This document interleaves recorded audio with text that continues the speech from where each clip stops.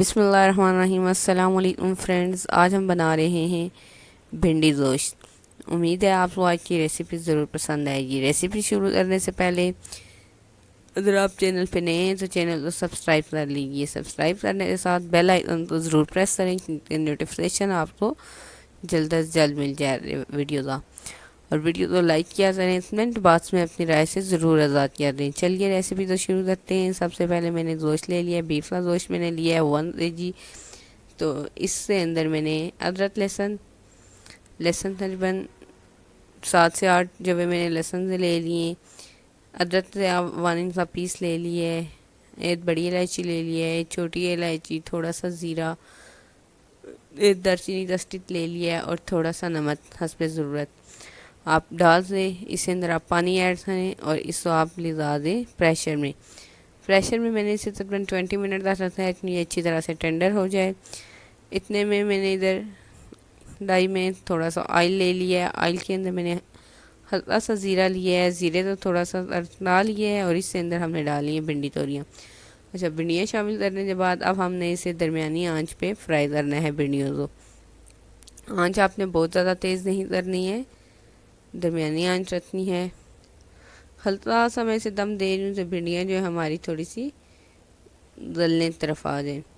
तो ये सारे स्पाइसेस हैं, साथ साथ मैं आपको बताती भी जाऊँगी हमने सालन के लिए कौन से स्पाइसेस यूज़ किए हैं।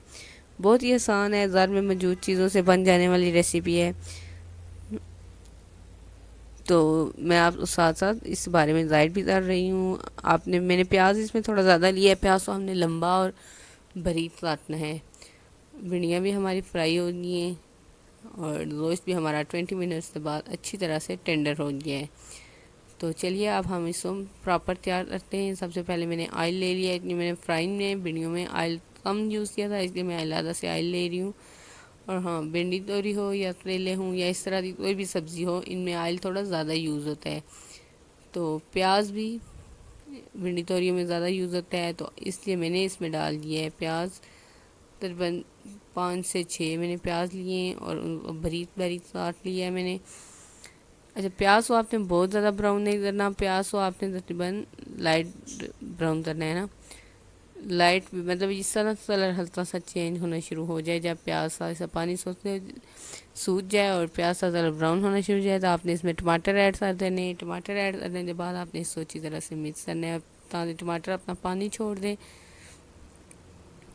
इससे ये होता है ना, जब टमाटर और प्याज दोनों हमारे गल जाएंगे, जब टमाटर पानी छोड़ेंगे तो प्याज भी उसमें गल जाएगा। हरी मिर्चें मैंने 3 ले ली हैं, उनको मैंने बारीक चॉप कर लिया है, वो मैंने इसमें ऐड कर दिए। दड़ा मिर्चें मैं ले रही हूँ इसमें 1/2 टीस्पून और सूरख मिर्चें मैंने इसमें ली हैं 2 टेबल स्पून। हल्दी मैंने लिया है 1 टीस्पून।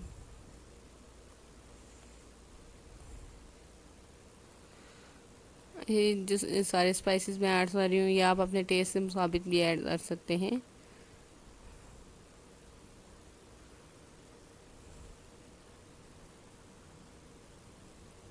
सारे मसालों को हमने अच्छी तरह से मिक्स कर लेना है इसमें।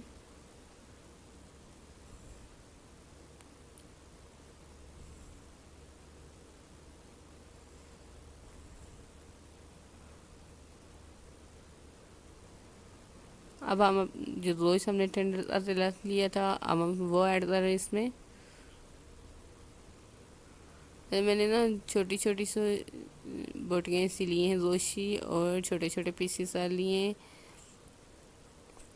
अब हमने इसे भूनना है, इसको तकरीबन 10 से 15 मिनट तक। जब आप खुशबू अच्छी तरह से आना शुरू हो जाए तब तक हमने इसको फ्राई करना है गोश्त।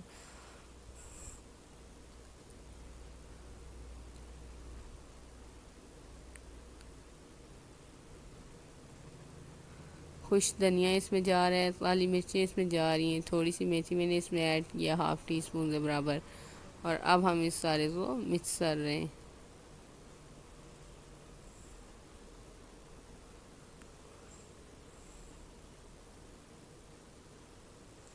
अच्छा, आप जब मसाले को मिक्स कर रहे हो चम्मच तो अच्छी तरह से आपने हिलाना है। जब आपका गोश्त भुन रहा होता है तो आपने थोड़ी थोड़ी देर के बाद इसको हिलाते रहना है, ये नीचे ना लग जाए। अब तकरीबन 15 मिनट से बाद इस पोजीशन पे हमारा गोश्त आ गया है। तो अब हमने इसमें डाल देनी है भिंडियाँ। जब भिंडी शामिल करने के बाद आपने अब इसको बहुत ज़्यादा भी नहीं हिलाना है, आहिस्ता आहिस्ता हाथ से आपने इसको हिलाना है, क्योंकि ये टूट बहुत ज़्यादा हिलाने से ये होता है ये टूट जाती हैं। तो अब हम इसको आहिस्ता आहिस्ता से मिक्स कर लेंगे सारे मसाले में।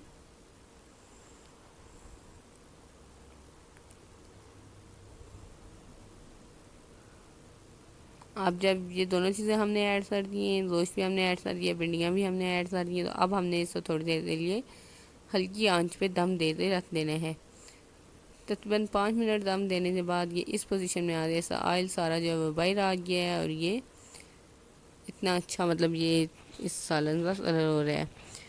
5 मिनट मैंने इसको मज़ीद दम किया है, इतनी अच्छी तरह से इस ऑयल जो है वो बाहर आ जाए और सालन हमारा बहुत अच्छी तरह से तैयार हो गया है। उम्मीद है आपको रेसिपी ज़रूर पसंद आई होगी। बहुत ही आसान सी रेसिपी थी और बहुत ही मज़ेदार। थोड़ी सी मेथी मैंने इसमें और ऐड किया है सालन में से। अगर आप चाह रहे हैं सालन का कलर अच्छा हो, खुशबू आए, तो ऊपर से आप इसमें थोड़ी सी मेथी ऐड करें, बहुत ही अच्छा टेस्ट आता है।